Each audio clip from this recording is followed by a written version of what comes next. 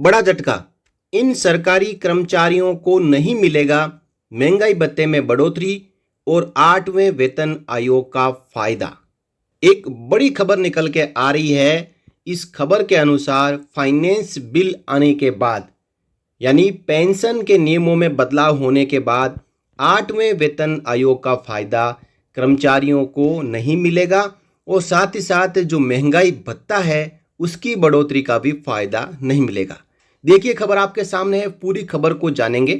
केंद्र सरकार की ओर से सरकारी कर्मचारियों के लिए एक महत्वपूर्ण अपडेट आया है जो लाखों रिटायर्ड कर्मचारियों के लिए चिंता का विषय बन गया है।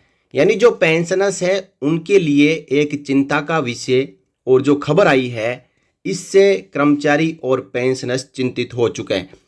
वित्त अधिनियम 2025 यानी फाइनेंस बिल 2025 के अंतर्गत सरकार ने ये स्पष्ट किया है कि 8वें वेतन आयोग का लाभ और महंगाई भत्ते, महंगाई राहत में होने वाली बढ़ोतरी सभी सरकारी कर्मचारियों को नहीं मिलेगी।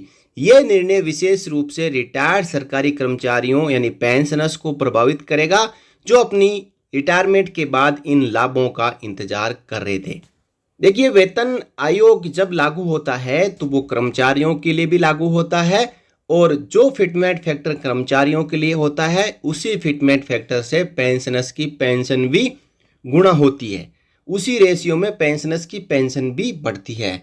1972 से लेकर अब तक पेंशनर्स द्वारा सरकार के सामने ये सवाल उठाए जाते रहे हैं कि पेंशनर्स की पेंशन में भेदभाव होता है।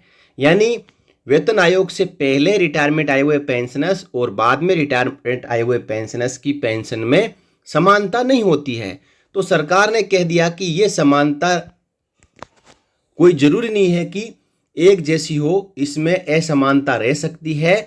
इसलिए सरकार ने एक फाइनेंस बिल यानी 2025 लेके आई और इस बिल में क्लियर कह दिया गया कि सरकार चाहे तो वेतन आयोग से पहले और बाद में आए रिटायरमेंट आए पेंशनर्स की पेंशन में भेदभाव रख सकती है और भेदभाव हो सकता है। इस नए नियम के अनुसार रिटायरमेंट पेंशनर्स को महंगाई भत्ते और महंगाई राहत में बढ़ोतरी और 8वें वेतन आयोग के तहत मिलने वाले फायदों से वंचित रखा जा सकता है। ये निर्णय करोड़ों पेंशनर्स की आर्थिक स्थिति पर सीधा प्रभाव डालेगा और उनकी मासिक आय में कमी का कारण बन सकता है। सरकार का यह कदम पेंशनर्स के बीच व्यापक नाराजगी का कारण भी बन चुका है। वित्त अधिनियम 2025 में सरकार ने पोस्ट रिटायरमेंट बेनिफिट्स के नियमों में व्यापक बदलाव किए हैं। इस अधिनियम के अनुसार अब रिटायरमेंट हो चुके कर्मचारियों के वित्तीय लाभों की जिम्मेदारी पूर्णतः सरकार की इच्छा पर निर्भर करेगी। सरकार चाहे तो वेतन आयोग दे, सरकार चाहे तो डीए-डीआर बढ़ाए। पहले जहां पेंशनर्स को नियमित रूप से महंगाई भत्ते, महंगाई राहत में बढ़ोतरी और वेतन आयोग के लाभ मिलते थे, वहीं अब यह सुविधा सरकार के विवेक पर छोड़ दी गई है। नए नियमों के अनुसार सरकार ये तय करेगी कि किस तारीख से पेंशन या भत्ते में बदलाव को प्रभावित किया जाए। इसका मतलब यह है कि यदि सरकार चाहे तो रिटायर्ड कर्मचारियों को इन लाभों से पूर्णतः वंचित रख सकती है। ये प्रावधान पेंशनर्स के लिए कानूनी चुनौती का रास्ता भी बंद कर देती है, क्योंकि अब वे इस निर्णय को अदालत में चुनौती नहीं दे सकेंगे। ये एक बिल बन चुका है, ये एक कानून बन चुका है। वर्तमान में सरकारी कर्मचारियों को पेंशन अधिनियम 1972 के अंतर्गत पेंशन और अन्य लाभ मिल रहे हैं, लेकिन यह महत्वपूर्ण बात है कि यह अधिनियम सभी पेंशनर्स पर समान रूप से लागू नहीं होता है। विभिन्न समय पर रिटायर्ड हुए कर्मचारियों को अलग अलग नियमों के अनुसार लाभ मिलते हैं।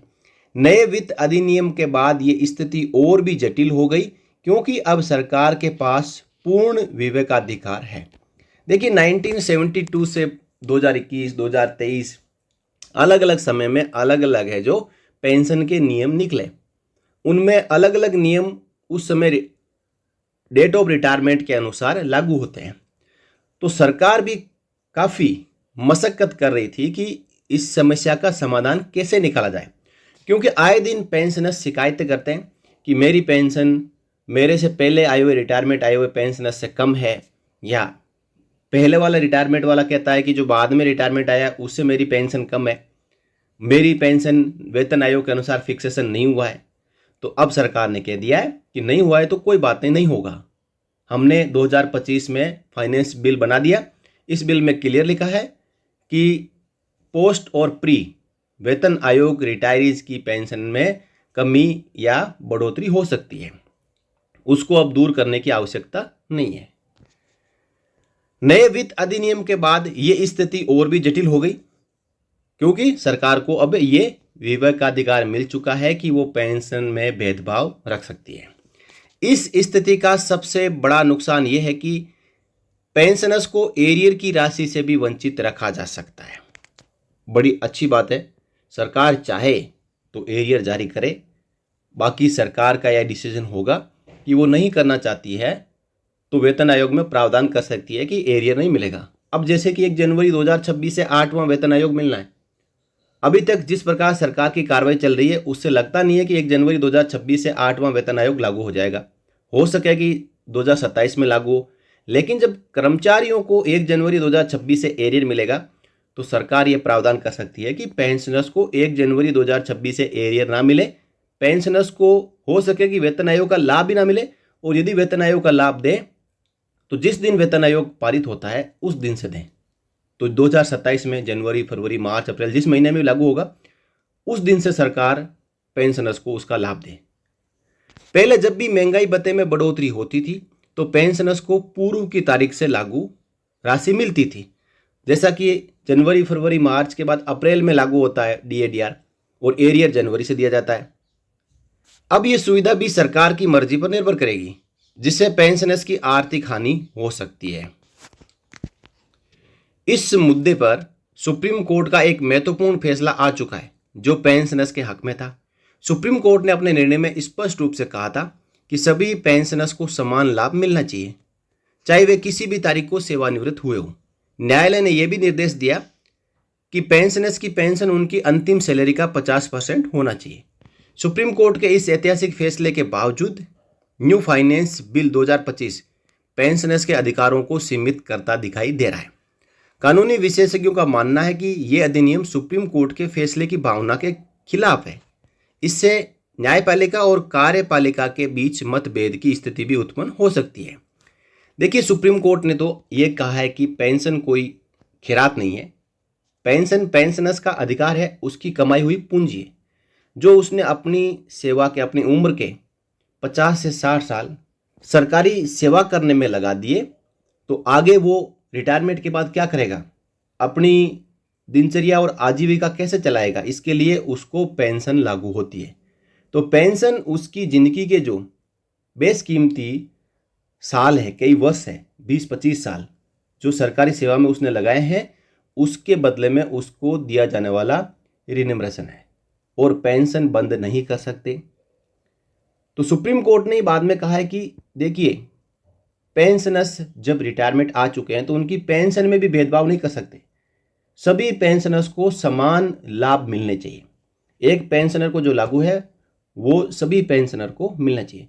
अभी कोई रिटायरमेंट आ रहा है पेंशनर, उसको जो लाभ लागू है वो पहले रिटायरमेंट आ चुके पेंशनर्स को भी लागू है। सरकार के इस निर्णय के विरोध में देश भर के पेंशनर्स और उनकी यूनियनों में तीव्र नाराजगी व्यक्त की है। विभिन्न पेंशन संगठनों का कहना है कि ये नया नियम उनके मौलिक अधिकारों का हनन है। उनका तर्क है कि जीवन भर देश की सेवा करने के बाद रिटायर्ड कर्मचारियों को इस प्रकार के भेदभाव का सामना नहीं कराना चाहिए।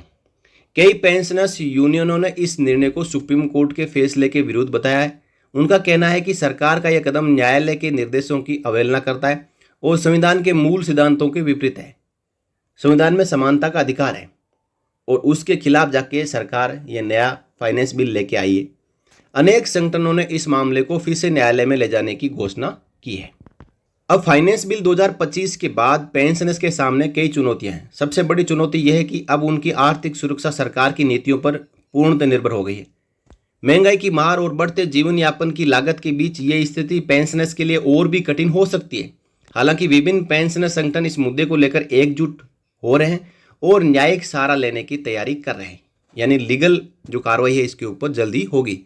आगे की राह में पेंशनर्स को अपने अधिकारों के लिए संगठित होकर संघर्ष करना होगा उन्हें विभिन्न कानूनी विकल्पों का सहारा लेना पड़ सकता है और सरकार पर दबाव बनाना होगा। साथ ही जनमत तैयार करके इस मुद्दे को राष्ट्रीय स्तर पर उठाना आवश्यक होगा। केवल सामूहिक प्रयास से ही इस समस्या का समाधान संभव दिखाई देता है।